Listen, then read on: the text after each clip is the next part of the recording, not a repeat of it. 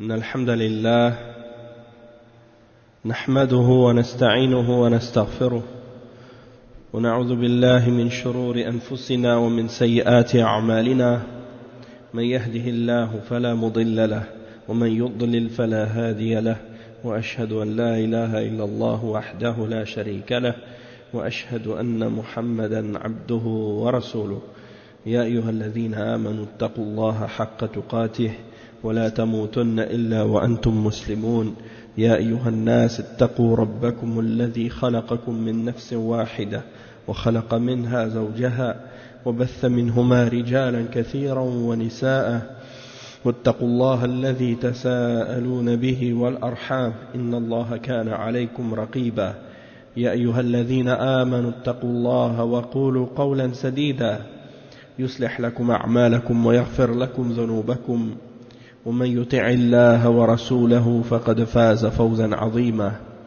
أما بعد وإن خير الكلام كلام الله وخير الهدي هدي محمد صلى الله عليه وسلم وإن شر الأمور محدثاتها وكل محدثة بدعة وكل بدعة ضلالة وكل ضلالة في النار أما بعد.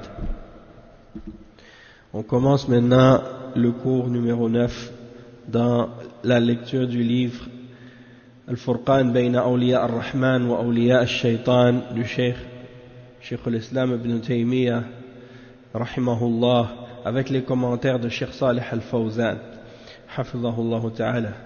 Et on est arrivé maintenant à l'endroit où Cheikh al-Islam ibn Taymiyyah il cite encore des versets, et c'est le dernier verset ou bien la dernière série de versets que Cheikh al-Islam ibn Taymiyyah a mentionné comme introduction pour clarifier la signification et la distinction entre les alliés d'Allah et les alliés du Shaitan. Et ici il dit, et il cite les versets de 1 à 5 dans Surat Al-Mumtahana. Les versets de 1 à 5 dans Surat Al-Mumtahana. Et préalablement on avait expliqué des points qui ont rapport à ce sujet-là quand on a lu ensemble les versets dans Surat Al-Ma'idah.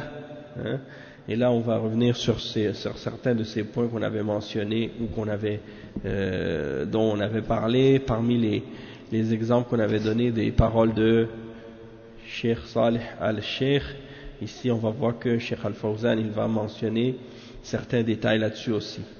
Donc on va commencer par lire les versets, puis après on va lire la traduction et lire les explications tout de suite après, Inch'Allah. Donc Cheikh al-Islam ibn Taymiyyah il dit وقال تعالى يا أيها الذين آمنوا لا تتخذوا عدوي وعدوكم أولياء تلقون إليهم بالمودة وقد كفروا بما جاءكم من الحق الآيات إلى قوله ربنا لا تجعلنا فتنة للذين كفروا واغفر لنا ربنا إنك أنت العزيز الحكيم. Donc on voit que le cheikh il cite le verset 1, puis après il mentionne, il dit, et les versets qui suivent, et il mentionne ensuite jusqu'à la parole d'Allah lorsqu'il dit Rabbana la taj'alna fitnatan lilladhina kafaru. Donc on va lire en fait tous les versets au complet, puis on va après les traduire. Donc le cheikh il cite donc toute la première page de Surat Al-Mumtahana. Il dit يا أيها الذين آمنوا لا تتخذوا عدوي وعدوكم أولياء تلقون إليهم بالمودة وقد كفروا بما جاءكم من الحق يخرجون الرسول وإياكم أن تؤمنوا بالله ربكم إن كنتم خرجتم جهادا في سبيلي وابتغاء مرضاتي تسرون إليهم بالمودة وأنا أعلم بما أخفيتم وما أعلنتم ومن يفعله منكم فقد ضل سواء السبيل إن يثقفوكم يكونوا لكم أعداء ويبسطوا إليكم أيديهم وألسنتهم بالسوء وودوا لو تكفرون لن تنفعكم أرحامكم ولا أولادكم يوم القيامة يفصل بينكم والله بما تعملون بصير لقد كانت لكم أسوة حسنة في إبراهيم والذين معه إذ قالوا لقومهم إنا براء منكم ومما تعبدون من دون الله كفرنا بكم وبدا بيننا وبينكم العداوة والبغضاء أبدا حتى تؤمنوا بالله وحده إلا قول إبراهيم لأبيه وقومه لأستغفرن لك وما أملك لك من الله من شيء ربنا عليك توكلنا وإليك أنبنا وإليك المصير ربنا لا تجعلنا فتنة للذين كفروا واغفر لنا ربنا إنك أنت العزيز الحكيم. Donc la signification de ces versets, donc on va les lire Inch'Allah ensemble. Donc dans ces versets, Allah subhanahu wa ta'ala, il dit ce qui signifie: ô vous qui avez cru, ne prenez pas pour allié mon ennemi et le vôtre, leur offrant l'amitié alors qu'ils ont nié ce qui est parvenu, ils ont nié ce qui vous est parvenu de la vérité. Ils ont nié ce qui vous est parvenu de la vérité. Ils expulsent le messager et vous-même parce que vous croyez en Allah votre Seigneur. Si vous êtes sortis pour lutter dans mon chemin et pour rechercher mon agrément, leur témoignerez-vous secrètement de l'amitié, alors que je connais parfaitement ce que vous cachez et ce que vous divulguez? Et quiconque d'entre vous le fait s'égare de la droiture du sentier. S'ils vous dominent, ils seront des ennemis pour vous et étendront en mal leurs mains et leurs langues vers vous, et ils aimeraient que vous deveniez mécréants. Ni vos proches parents, ni vos enfants ne seront d'aucune utilité le jour de la résurrection. Allah, décidera entre vous, et Allah est clairvoyant sur ce que vous faites. Certes, vous avez eu un bel exemple à suivre en Abraham et en ceux qui étaient avec lui, quand ils dirent à leur peuple: nous vous désavouons, vous et ce que vous adorez en dehors d'Allah. Nous vous désavouons, vous et ce que vous adorez en dehors d'Allah. Nous vous renions. Entre vous et nous, l'inimité et la haine sont à jamais déclarées jusqu'à ce que vous croyiez en Allah seul. Exception faite de la parole d'Abraham adressée à son père: j'implorerai certes le pardon d'Allah en ta faveur, bien que je ne puisse rien pour toi auprès d'Allah. Seigneur, c'est en toi que nous mettons notre confiance, et à toi nous revenons, repentants, et vers toi est le devenir. Seigneur, ne fais pas de nous un sujet de tentation pour ceux qui ont mécru, et pardonne-nous, Seigneur, car c'est toi le puissant, le sage.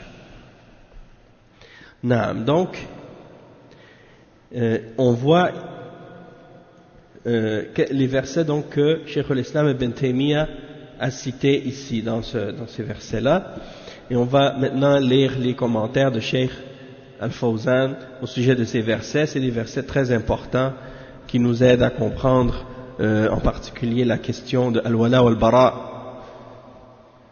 le fait d'aimer pour Allah et de détester pour Allah.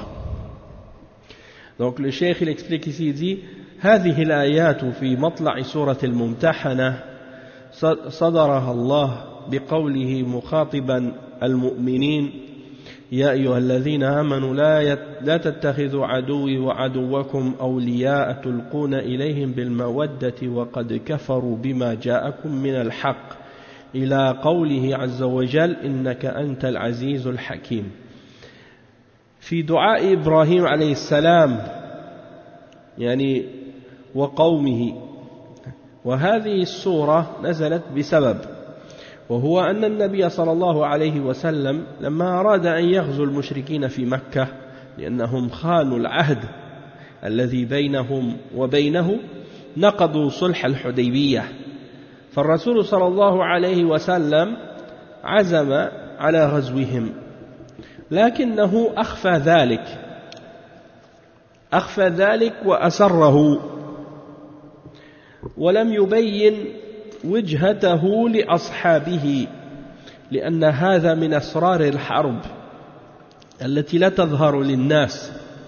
فتوجه إلى مكة في رمضان، وكان من جملة الصحابة حاطب بن أبي بلتعة رضي الله عنه من سادات الصحابة وممن شهدوا بدرا لكنه اجتهد فأخطأ فكتب إلى المشركين كتابا سريا يخبرهم أن محمدا صلى الله عليه وسلم أراد غزوهم وأرسل الكتاب مع امرأة خفية فأوحى الله إلى نبيه صلى الله عليه وسلم بالأمر فأرسل الزبير والمقداد وعلي بن أبي طالب رضي الله عنهم في إثر المرأة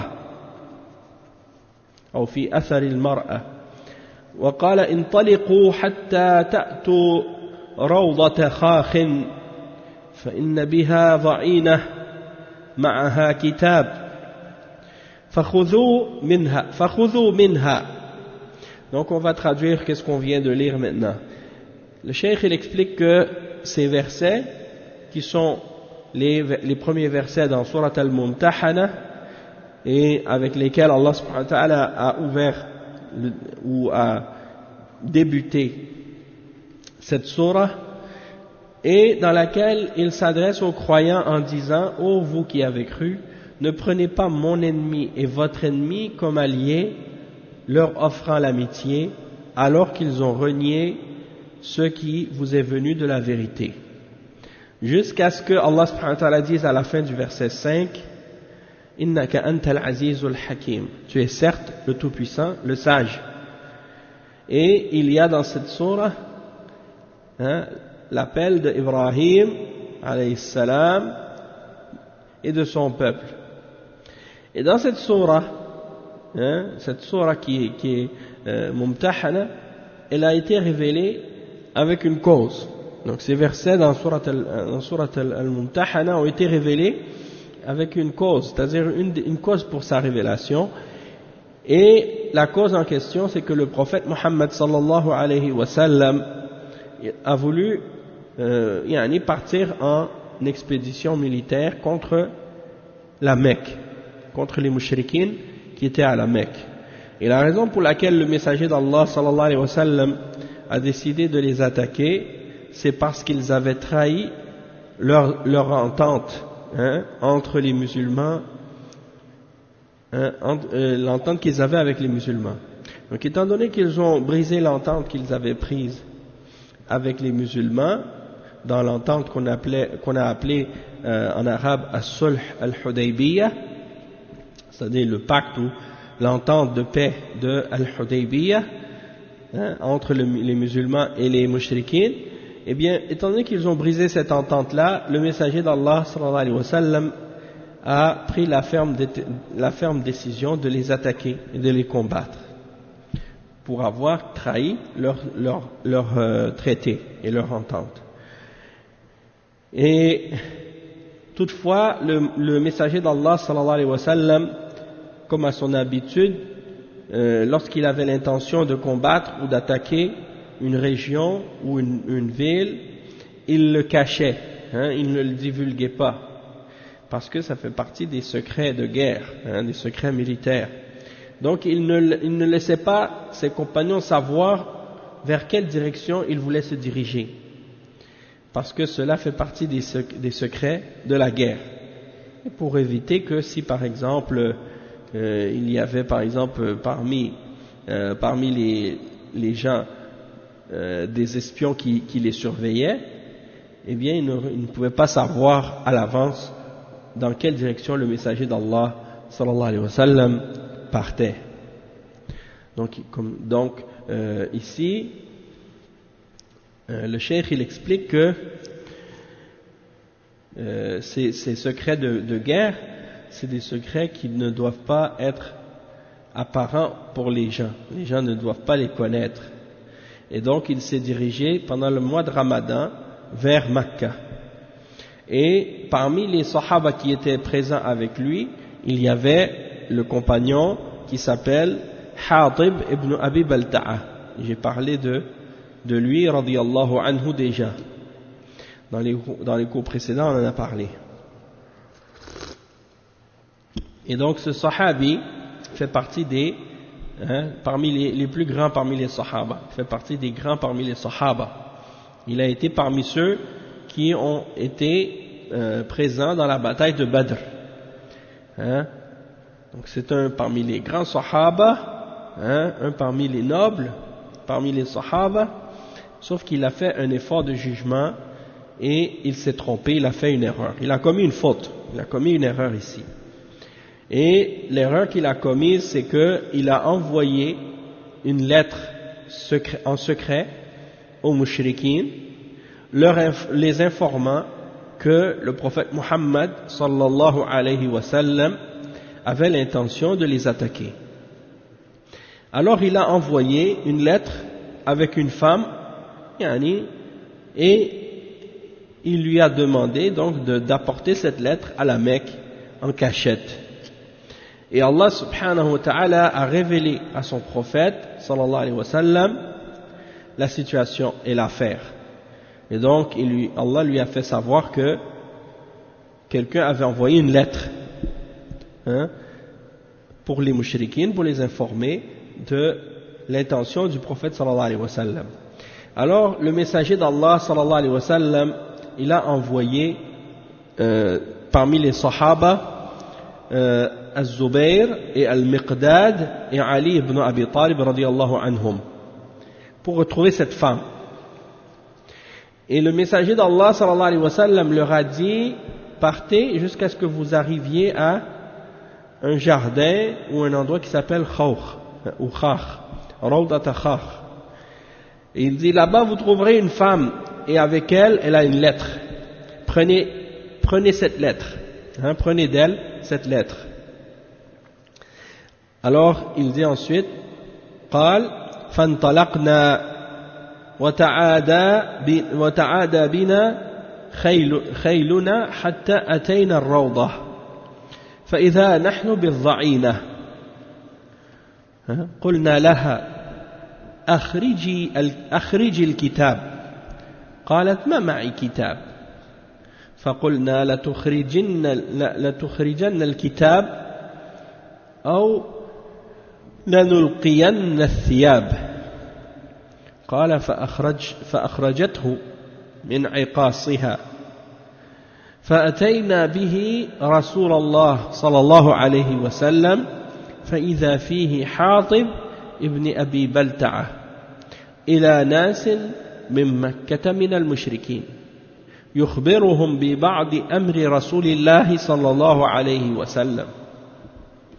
Donc ici le cheikh il explique que les trois parmi les sahaba que le messager d'Allah sallallahu alayhi wa sallam a envoyés sont partis avec leur monture jusqu'à ce qu'ils arrivent à l'endroit désigné par le messager d'Allah sallallahu alayhi wa sallam. Et voilà que ils sont partis à toute vitesse et ils sont arrivés très rapidement à l'endroit et ils ont trouvé la femme en question. Alors tout de suite ils lui ont dit à cette femme: sors le livre ou la lettre. Il fait sortir la lettre. Elle a dit, la femme a dit: je n'ai pas de lettre, j'ai pas de lettre avec moi. Alors ils ont dit: soit tu fais sortir la lettre, ou bien on va t'enlever tous tes vêtements jusqu'à ce qu'on trouve cette lettre. Alors la femme a sorti cette lettre qui était cachée dans ses cheveux. Alors ils ont ramené la lettre au messager d'Allah sallallahu alayhi wa sallam et ils ont trouvé dans la lettre écrit de la part de Hatib ibn Abi Balta'a à des gens à Mecca parmi les mushrikines. Et il leur donnait des informations sur certaines des affaires du messager d'Allah sallallahu alayhi wa sallam. Alors le messager d'Allah sallallahu alayhi wa sallam a dit: فقال رسول الله صلى الله عليه وسلم يا حاطب ما هذا؟ قال يا رسول الله لا تعجل علي إني كنت امرأ ملصقا في قريش يقول كنت حليفا ولم أكن من أنفسها وكان من معك من المهاجرين من لهم قرابات يحمون أهليهم وأموالهم فأحببت إذ فاتني ذلك من النسب من لهم قرابات يعني فأحببت إذ فاتني ذلك من النسب فيهم أن أتخذ عندهم يدا يحمون قرابتي ولم أفعله ارتدادا عن ديني ولا رضا بالكفر بعد الإسلام. Donc le cheikh il explique que ensuite quand donc le messager d'Allah sallallahu alayhi wa sallam a vu la lettre et il a vu le nom donc de Hatib, alors il lui a dit, le messager d'Allah sallallahu alayhi wa sallam a dit: oh Hatib, qu'est-ce que c'est que ça, hein? Qu'est-ce que c'est que ça? Alors le messager d'Allah sallallahu alayhi wa sallam, hein, il a posé la question et Hatib a dit: oh messager d'Allah, yani, ne sois pas précipité par rapport à ce que j'ai fait, hein? Ne te précipite pas ou ne te dépêche pas à juger ce que j'ai fait. Il dit: sache que j'étais une personne qui ne faisait pas partie de Quraysh, de la tribu de Quraysh elle-même, mais que j'étais plutôt un allié de Quraysh. Mais j'avais pas mais il dit, étant donné que je ne faisais pas partie de Quraysh, de la tribu de Quraysh elle-même, et que la plupart des compagnons, hein, parmi les muhajirin, les gens de la Mecque qui ont fait la hijra, ils ont des liens de parenté et des proches à Makka qui protègent leur famille et qui protègent leur propriété et leurs biens. Il dit: j'aurais souhaité de mon côté, puisque je n'ai pas de lien de parenté avec eux, avec des gens de la Mecque, j'aurais souhaité utiliser quelqu'un, hein, utiliser le fait d'avoir écrit cette lettre pour avoir une protection pour mes proches qui sont à Makka. Étant donné qu'ils ne font pas partie de Quraysh, au moins certains d'entre eux allaient être protégés, hein, ils allaient préserver mes biens également, c'est-à-dire contre les mushrikines, contre d'autres mushrikines. Alors, il a dit ensuite il a dit: je n'ai pas fait cela pour quitter ma religion ou revenir sur ma foi et ma religion, ni par agrément vis-à-vis de la mécréance après avoir accepté l'islam. Donc il dit en fait qu'il n'a pas fait ça pour renier l'islam ou renier sa foi, mais il a fait ça, hein, comme il l'a expliqué lui-même, pour avoir une protection, puisque les autres parmi les muhajirin, eux qui ont des liens de parenté, leurs biens étaient protégés, tandis que lui il n'avait pas de moyen de protéger ses biens par rapport à ses liens de parenté, donc il a voulu utiliser ça comme un moyen pour avoir une protection quelconque. Et ensuite il dit: فقال رسول الله صلى الله عليه وسلم أما إنه قد صدقكم.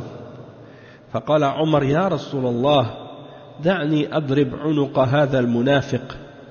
فقال: إنه قد شهد بدرا وما يدريك لعل الله اطلع على من شهد بدرا.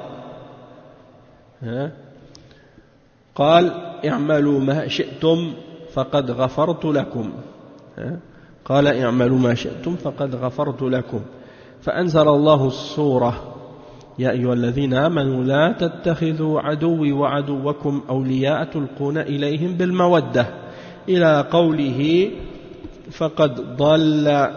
فقد ضل سواء السبيل.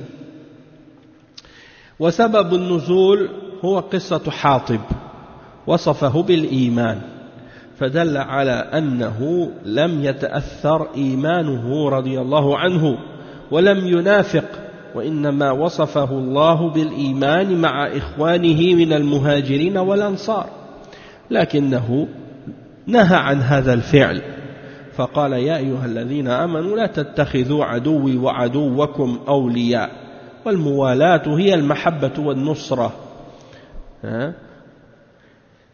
يا أيها الذين آمنوا لا تتخذوا عدوي وعدوكم أولياء، يعني حاطب لم يحبهم لكنه أراد نصرتهم وهذا من الموالاة أو وهذا من الولاية وهذا من الولاية. Donc le cheikh il dit que ensuite le messager d'Allah sallallahu alayhi wa sallam il a dit, certes il vous a dit vrai, hein, ce qu'il vous a dit c'est la vérité par rapport à son excuse et qu'il n'a pas voulu quitter l'islam pour ça. Et Omar ibn al-Khattab radiyallahu anhu a dit, oh messager d'Allah, laisse-moi frapper le coup de cet hypocrite, hein? Et le messager d'Allah sallallahu alayhi wa sallam a dit, il a certes été parmi les gens qui ont été présents dans la bataille de Badr, hein? Et il se peut qu'Allah ait vu les gens de Badr et qu'il leur ait dit, faites ce que vous voulez car je vous ai pardonné.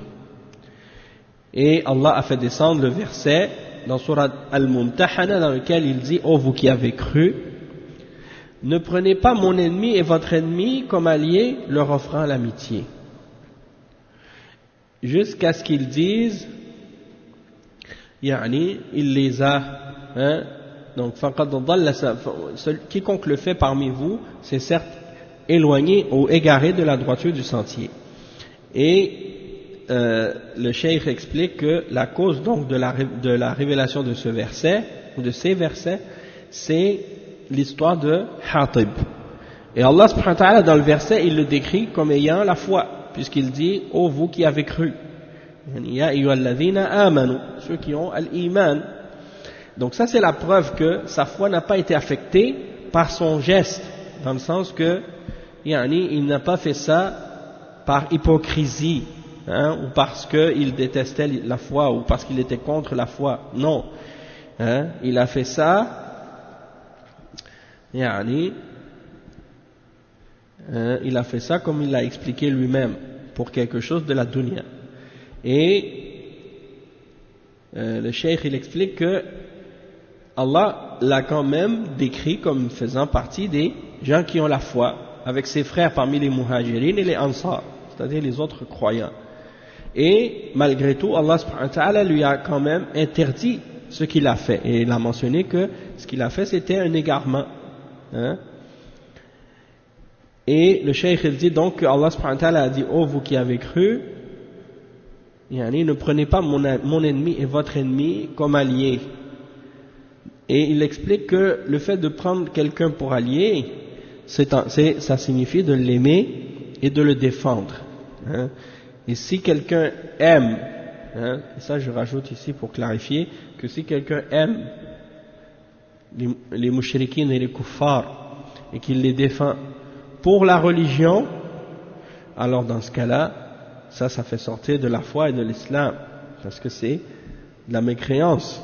Mais si c'est quelqu'un qui aime et qui défend les mushrikines pour quelque chose de la dunya, et non pas pour la religion, pour leur fausse religion et leur fausse croyance et leur shirk et leur kufr, alors dans ce cas-là, ça ne fait pas sortir de la foi, ça ne fait pas sortir de la religion. Et ici, on a vu clairement que c'était uniquement pour quelque chose de la dunya, pas pour la religion, pas parce qu'il était d'accord avec le shirk des mushrikines ou le kufr des mushrikines. Donc, il n'a pas été déclaré comme étant un hypocrite ou un mécréant. Mais Allah l'a appelé par la foi, en disant, ô vous qui avez cru.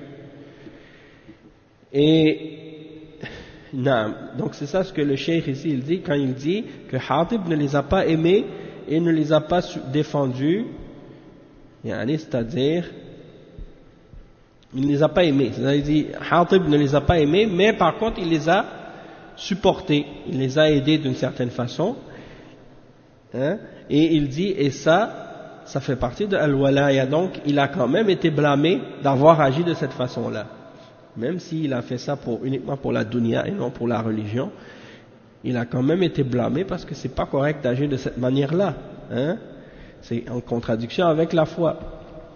Et le cheikh il explique ensuite, il cite, il dit ya ayyuhalladhina amanu la tattakhidhu aduwwi wa aduwwakum awliya'a tulquna ilayhim bil mawaddah wa qad kafaru bima ja'akum min al haqq يخرجون الرسول وإياكم يعني أليسوا طردوا الرسول صلى الله عليه وسلم وأخرجوا المسلمين حتى اضطروهم إلى الهجرة يعني يخرجون الرسول وإياكم يعني لأي سبب أن تؤمنوا بالله ربكم هذا هو السبب يعني إن كنتم خرجتم جهادا في سبيلي وابتغاء مرضاتي تسرون إليهم بالمودة وأنا أعلم بما أخفيتم وما أعلنتم ومن يفعله منكم فقد ضل سواء السبيل فدل على أن الذي يوالي الكفار قد ضل سواء السبيل إلى آخر الآيات التي فيها اللوم والعتاب وفيها التحذير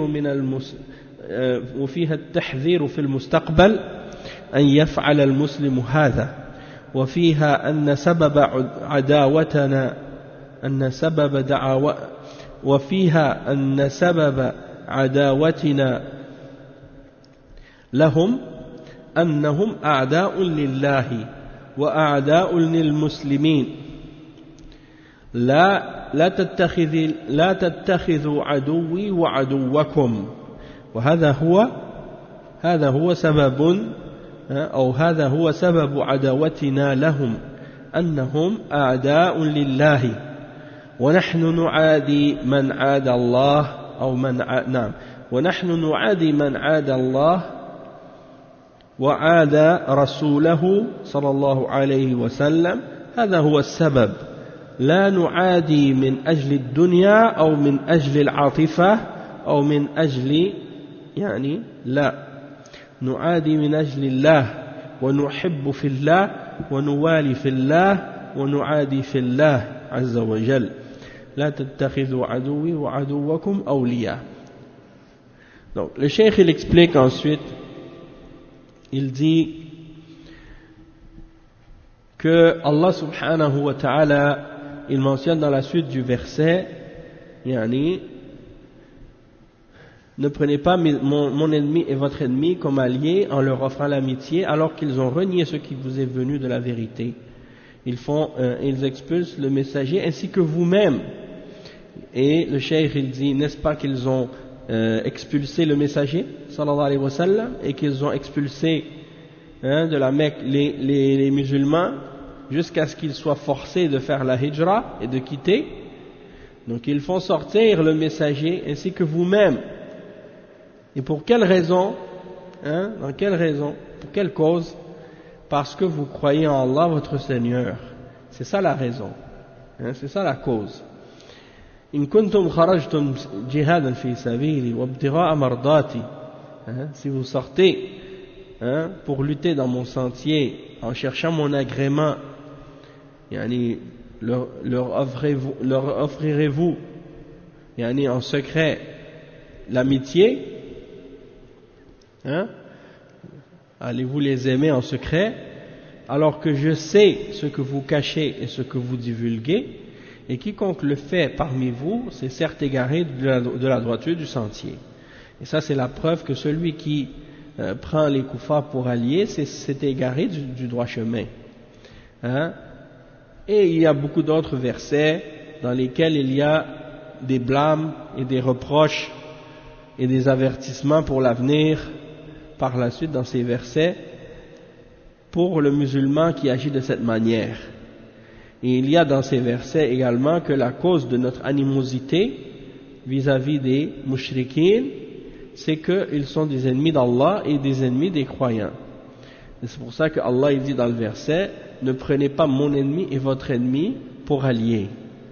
Et ça c'est la cause de notre animosité pour eux, qu'ils sont des ennemis d'Allah. Et nous devons détester ce que Allah déteste. Nous devons avoir de l'opposition et de l'animosité envers celui qui s'oppose à Allah et qui s'oppose à son messager. Et c'est ça la cause. Et le cheikh il dit, on ne doit pas détester ou avoir de l'animosité envers des gens pour la dunya seulement, pour des questions d'argent, des questions des choses matérielles de la vie d'ici-bas, ou à cause des sentiments et des émotions, des sentiments. Non, on doit uniquement détester pour Allah et aimer pour Allah et s'allier à des gens pour Allah et prendre en animosité des gens pour Allah seulement. Et la preuve, c'est que Allah il dit, ne prenez pas mon ennemi et votre ennemi pour allié. Donc, ayant dit ça, on a complété donc la série des versets que Cheikh al-Islam Ibn Taymiyyah a mentionné au début de son livre pour distinguer entre les alliés d'Allah et les alliés du shaitan et pour expliquer que l'important c'est pas juste d'être un wali, mais c'est d'être un wali d'Allah. Parce que tu peux être un wali, mais un wali du shaitan. Et si tu es un wali du shaitan, alors là c'est dangereux, c'est grave. Parce que ça ça veut dire que tu es dans le chemin vers l'enfer. Tandis que si tu es un wali d'Allah, parce que tu as respecté ce que Allah ordonne, alors là, dans ce cas-là, eh bien là, tu es dans le bien. Tu es dans ce qui amène la sécurité dans ta religion et dans ta foi au jour de la résurrection et dans cette vie d'ici-bas. Et le cheikh il cite maintenant la suite. Il dit وَإِذَا عُرِفَ أَنَّ النَّاسَ فِيهِمْ أَوْلِيَاءُ الرَّحْمَنِ وَأَوْلِيَاءُ الشَّيْطَانِ فَيَجِبُ أَنْ يُفَرَّقْ بَيْنَ هؤلاء وهؤلاء كما فرق الله ورسوله بينهما فأولياء الله هم المؤمنون المتقون كما قال تعالى ألا إن أولياء الله لا خوف عليهم ولا هم يحزنون الذين آمنوا وكانوا يتقون.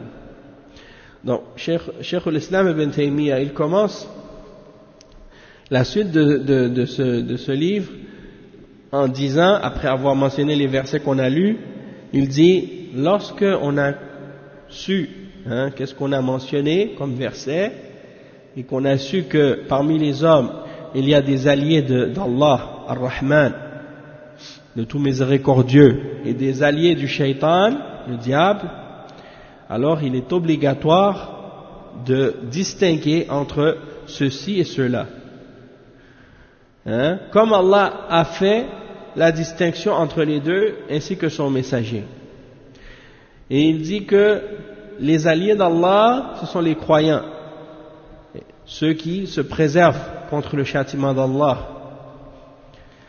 Comme Allah subhanahu wa ta'ala le dit, Ala inna awliya Allah la khawfun alayhim wa lahum yahzanun alladhina amanu wa kanu yattaqun. C'est-à-dire, comme Allah il le dit dans le verset 62 et 63 dans Surat Yunus, on l'a mentionné le verset déjà, certes, les alliés d'Allah, ils n'auront aucune crainte, ils ne seront point attristés, ce sont ceux qui ont cru et qui se préservent contre le châtiment d'Allah, qui ont at-taqwa. Et j'ai décidé parce que je l'ai expliqué plusieurs fois que at-taqwa c'est différent de la crainte, donc j'ai décidé que maintenant je ne vais plus traduire at-taqwa par la crainte, ou de dire que yattaqun yani ceux qui craignent Allah. Pourquoi? Parce que c'est une traduction qui ne donne pas le vrai sens de at-taqwa. Et la piété, le terme qui est utilisé pour désigner at-taqwa parfois c'est la piété, mais la piété c'est un mot français qui est utilisé par les chrétiens, et qui peut avoir également d'autres significations. Donc c'est pas nécessairement le vrai sens de at-taqwa, at-taqwa en arabe. Donc déjà le terme taqwa,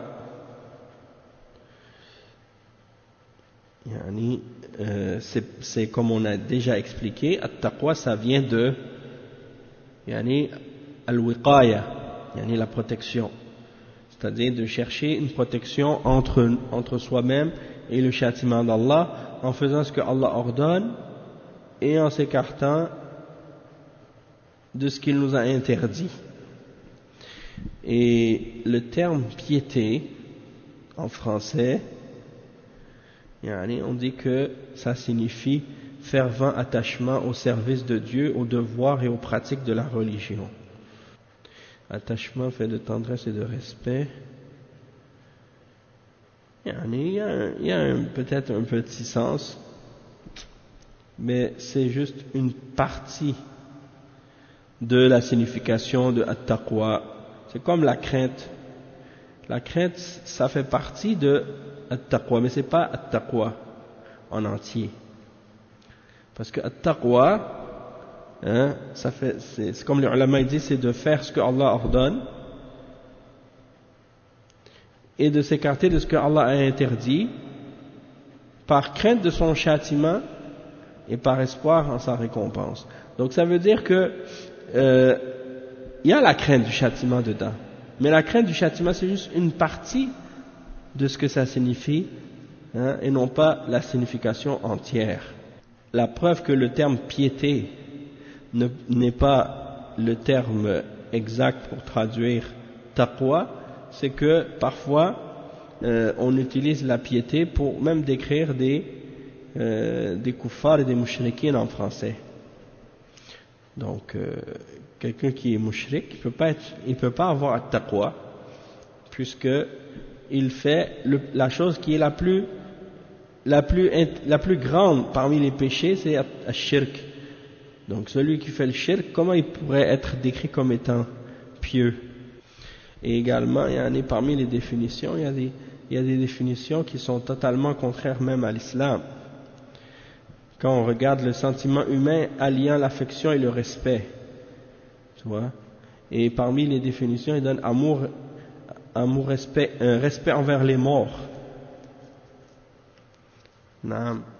Donc, attachement à la patrie, des choses de ce genre. Donc, ça n'a rien à voir avec la piété.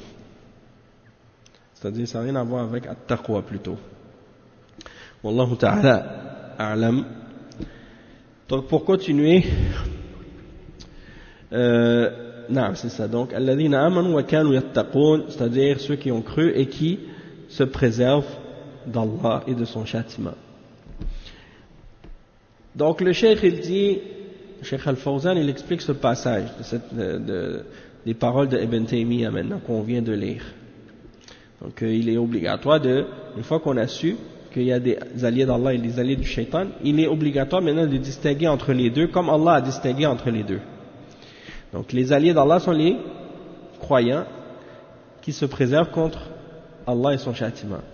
Et le cheikh, il explique ça. Il dit, لما ذكر الشيخ رحمه الله هذه الآيات في مطلع هذا الكتاب المبارك التي فيها أوصاف أولياء الله وأوصاف أعداء الله، عند ذلك عقد هذا الفصل ليبين النتيجة مما سبق. عرف من ماذا؟ من الآيات السابقة التي أوردها، هذه هي النتيجة.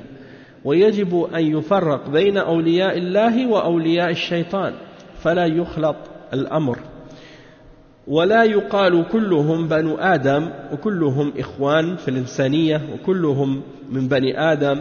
لا، المسألة مسألة كفر وإيمان، وليست المسألة إنسانية أو مسألة عاطفة، مسألة عاطفة، وإنما هي كفر وإيمان. والذي لا يفرق بين هؤلاء وهؤلاء هذا دليل على عدم إيمانه، لأن الله فرق بينهم، فيجب أن تفرق بين أولياء الله وأولياء الشيطان، لا يلتبس عليك الأمر. فهذا فيه الرد على من يعتقد أن السحرة والكهان والمنجمين بما معهم من الخوارق الشيطانية أنهم أولياء الله، وأن هذه الخوارق كرامات من الله عز وجل. هذا لا يفرق بين الحق والباطل ولا بين أولياء الله وأعدائه، فالله فرق بينهما في الآيات كما قال عز وجل: ألا إن أولياء الله لا خوف عليهم ولا هم يحزنون ثم فسرهم وبينهم فقال الذين آمنوا وكانوا يتقون فكل مؤمن تقي فإنه ولي لله وكل كافر ومشرك ومنافق فإنه عدو لله. Donc le cheikh il explique, Cheikh al-Islam, Cheikh al-Fawzan, hafizahullah ta'ala, il dit lorsque le Cheikh Ibn Taymiyyah, rahimahullah, il mentionne les versets qu'on a lus au début du livre, dans lesquels il donne les descriptions des alliés d'Allah et les descriptions des ennemis d'Allah, et après il a commencé avec ce chapitre maintenant, dans lequel il clarifie le résultat de ce qui a précédé. Donc il dit, on a su maintenant, on a su quoi? On a su dans les versets précédents, les descriptions de qui sont les alliés d'Allah et de qui sont les alliés du shaitan. Donc ça c'est maintenant le résultat dont il va parler maintenant pour être capable de distinguer, parce que c'est une obligation, le cheikh dit c'est obligatoire de distinguer entre les alliés d'Allah et les alliés du shaitan, pour qu'on ne les confonde pas, pour qu'on ne puisse pas les mélanger. Il dit, on ne doit pas dire par exemple, ah mais c'est tous des êtres humains, tous c'est des fils d'Adam, sont tous des frères dans l'humanité, ils sont tous des fils d'Adam. Non. Et la question ici c'est une question de kufr et de foi, de mécréance et de foi. Ce n'est donc pas une question d'humanité, ou une question de sentiment, mais c'est une question qui a rapport avec al-kufr ou al-iman, c'est-à-dire la mécréance et la foi. Et celui qui ne distingue pas, qui ne fait pas de distinction entre les alliés d'Allah et les alliés du shaitan, et entre les croyants et les kuffars, entre les gens du tawhid et les gens du shirk, eh bien ça c'est la preuve que cette personne n'a pas de foi. Parce que Allah subhanahu wa ta'ala a fait une distinction entre les deux. Il a fait la distinction entre les alliés d'Allah et les alliés du shaitan. Donc toi si tu dis non, moi je ne fais pas de distinction, eh bien c'est comme si tu es en train de rejeter la distinction que Allah a faite. Et donc le cheikh il dit il est obligatoire de distinguer entre les alliés d'Allah et les alliés du shaitan, et que tu ne sois pas confondu dans cette affaire. Et il y a dans ça la réfutation de celui qui prétend ou qui croit que les sorciers, les voyants, les astrologues, et ceux qui font des choses diaboliques, qui sont hors de l'ordinaire, que le shaitan les aide à faire, ils pensent que ces gens-là sont des alliés d'Allah.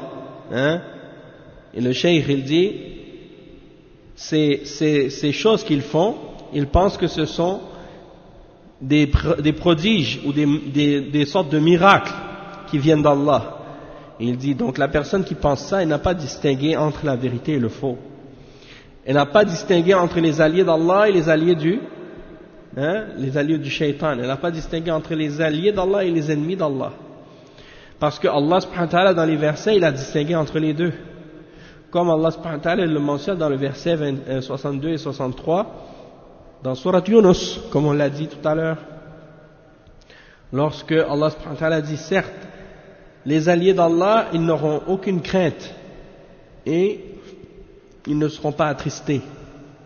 Puis il les a expliqués, il a mentionné qui ils sont, et il les a clarifiés en disant, ce sont ceux qui ont cru et qui se sont préservés. Ils ont cru en Allah et se sont préservés contre Allah et son châtiment. Donc tout croyant qui se préserve contre Allah et son châtiment, alors ceux-là sont des alliés d'Allah, des awliya d'Allah. Donc ça veut dire celui qui fait ça, c'est un wali d'Allah. Il croit et il se préserve contre Allah et son châtiment, en faisant ce que Allah ordonne et en s'abstenant de ce qu'il a interdit. Alors, c'est un wali, c'est un vrai wali d'Allah. Et toute personne qui est kafir ou mushrik ou munafiq, c'est-à-dire un mécréant qui rejette la foi, ou un mushrik, quelqu'un qui associe avec Allah dans l'adoration ou dans la croyance, ou un munafiq, quelqu'un qui prétend être croyant mais qui dans son cœur déteste la foi ou n'a pas de foi dans le cœur, alors celui-là c'est un ennemi d'Allah. Naam. Ensuite, le cheikh il va commencer maintenant à expliquer un hadith. Et ce hadith, c'est le hadith du wali, le hadith célèbre, un hadith qudsi, un hadith dans lequel il y a les paroles d'Allah qui définissent le wali, qui il est, et il mentionne certaines de ses caractéristiques. Donc nous on va s'arrêter ici pour aujourd'hui, et demain on continuera la suite en commençant avec l'explication de ce hadith incha'Allah. Man aadali waliyan faqad adhantuhu bil harb ou faqad barazani bil muharabah. Donc ça c'est deux versions, c'est-à-dire Allah subhanahu wa ta'ala dit celui qui oppose ou qui déteste un de mes alliés, un wali à moi, eh bien il m'a déclaré la guerre. Et je lui déclare la guerre, ou bien c'est comme s'il était sorti pour me combattre, ou me faire la guerre. Donc on va lire l'explication de ce hadith demain, insha'Allah. Subhanakallahumma wa bihamdik, ashhadu an la ilaha illa ant, astaghfiruka wa atubu ilayk, wa sallallahu wa sallam ala nabiyyina Muhammad, wa ala alihi wa sahbihi ajma'in. Wassalamu alaykum wa rahmatullahi wa barakatuh.